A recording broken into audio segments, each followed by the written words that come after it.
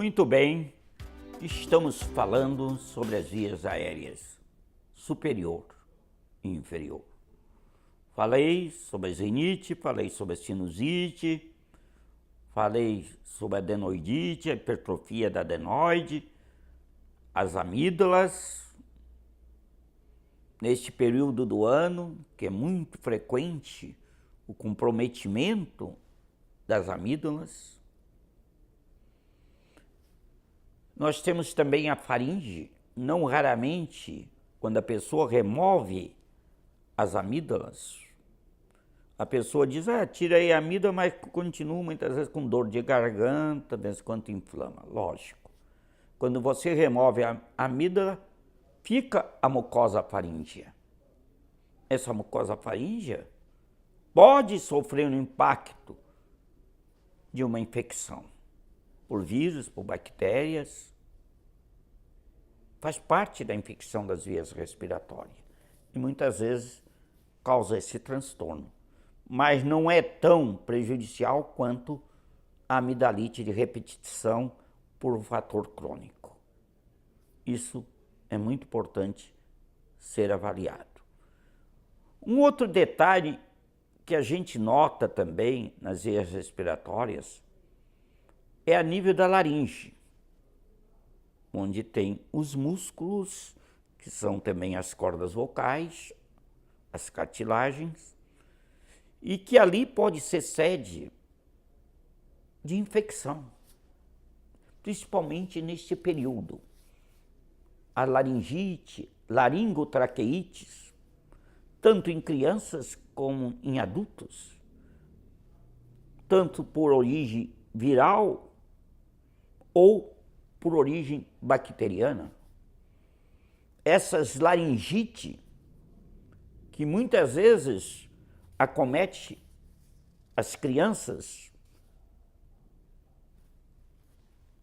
por vírus, muitas vezes, nesse período do ano, incha, dá aquela tosse constante, persistente, rouquidão.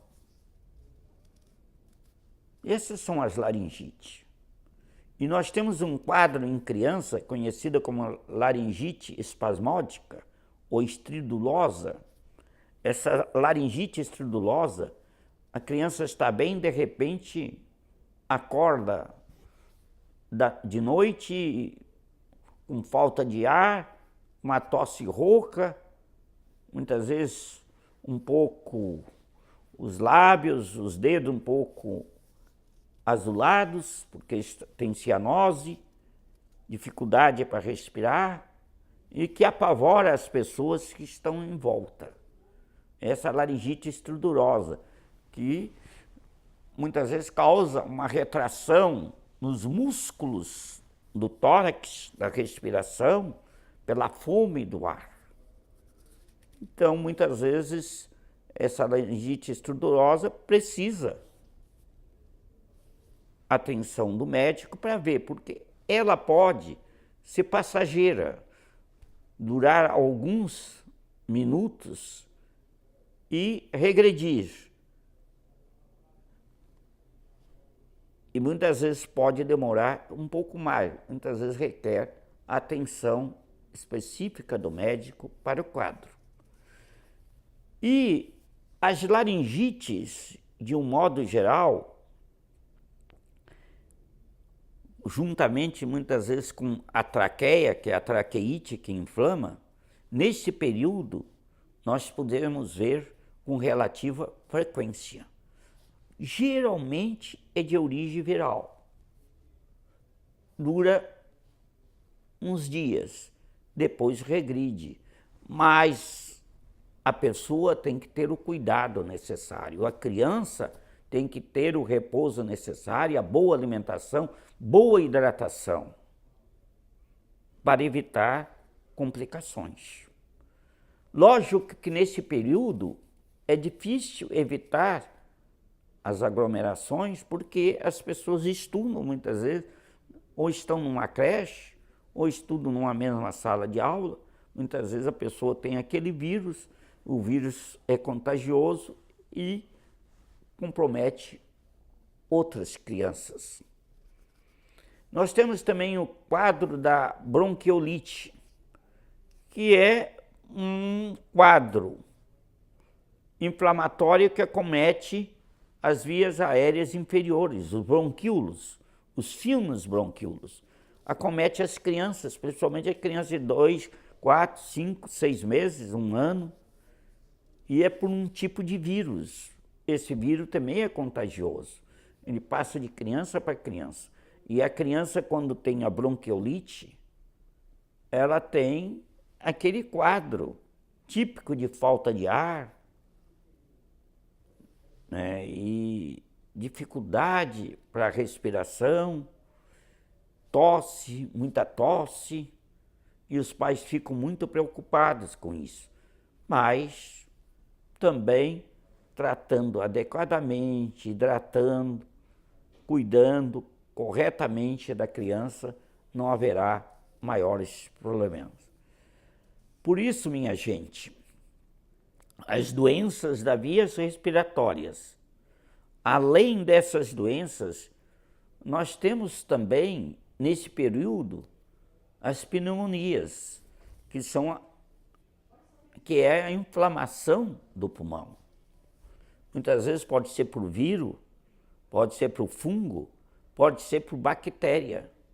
Dependendo da idade da criança ou do adulto, principalmente nas pessoas mais idosas, esse comprometimento pode ser mais sério, porque as pneumonias geralmente pode agravar o estado geral da pessoa, debilitar muito a pessoa, dependendo do tipo de bactéria e a extensão que é acometida no pulmão. Por isso, toda atenção é necessário. O adulto, principalmente o idoso ou a criança, ele deve ter um repouso adequado, estar bem agasalhado, uma boa alimentação, hidratação, evitar a mudança brusca de temperatura. Está saindo em locais aglomerados ou em ambiente muito frio. Sim, a pessoa tem que ter repouso. Eu sempre digo, neste período, você não deve perder energia à toa. Porque nós temos o nosso mecanismo de defesa do nosso organismo que produz energia. Mas você não pode perder essa energia. E como é que você perde essa energia? Você perde essa energia quando não se agasalha adequadamente numa noite muito fria, num local muito frio, com ar-condicionado extremamente gelado, que eu não entendo muitas vezes isso, por que a pessoa usa temperaturas tão baixas, 18, 19, 20 graus, não sabe que está prejudicando todo o mecanismo ciliar que recobre as vias aéreas, tanto superior como inferior, levando a todas essas doenças que eu falei para vocês agora neste momento. E quando você, neste período de inverno, seja uma criança, seja um adulto, não se agasalha adequadamente, você está jogando energia fora. Porque quem dá o aquecimento para nós é o nosso corpo.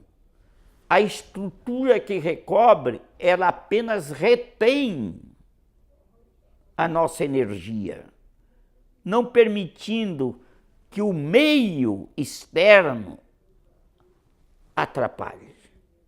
Por isso, você, jovem, muitas vezes, está mal agasalhado, numa noite extremamente fria, ali você está perdendo grande parte da sua energia, que é reserva do seu fator imunológico de saúde. E é nessa perda de energia que pode causar muitas vezes infecção, debilita o seu organismo.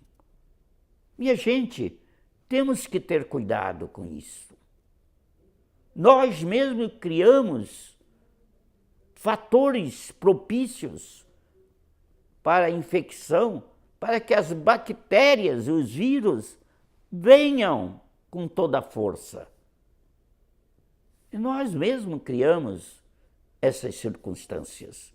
E nós devemos ter toda a atenção, todo o cuidado adequado nesse sentido. Neste inverno, neste período que nós vivemos, você deve, no outono, se agasalhar nas noites frias, dormir adequadamente. O sono é importante para nossa defesa imunológica, porque quando você não dorme, você debilita o seu organismo. Uma boa alimentação, uma alimentação equilibrada, boa hidratação, isso é fundamental para que você fortaleça o sistema de defesa do nosso organismo. Caso contrário, nós estaremos sempre propensos à infecção, à doença. Então, as nossas vias respiratórias é importante para que tenhamos, na realidade, uma boa saúde.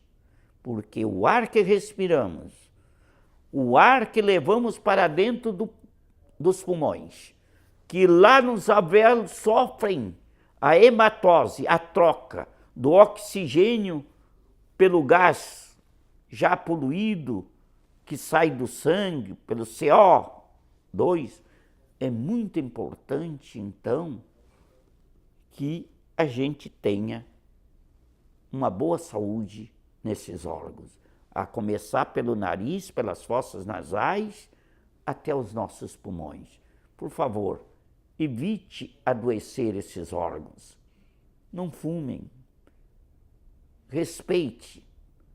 O homem trate de não poluir o meio ambiente. Nós temos que ter um ar puro como Deus nos ofereceu, para que possamos viver em paz. Nossas árvores são importantíssimas para que a fotossíntese ocorra e que o oxigênio que é produzido possa vir em nosso benefício para a nossa saúde. Era isso que eu gostaria de falar para vocês hoje. Agradeço a sua atenção. Estarei de volta na próxima quinta-feira, se Deus quiser, com mais um programa Saúde em Foco. Obrigado.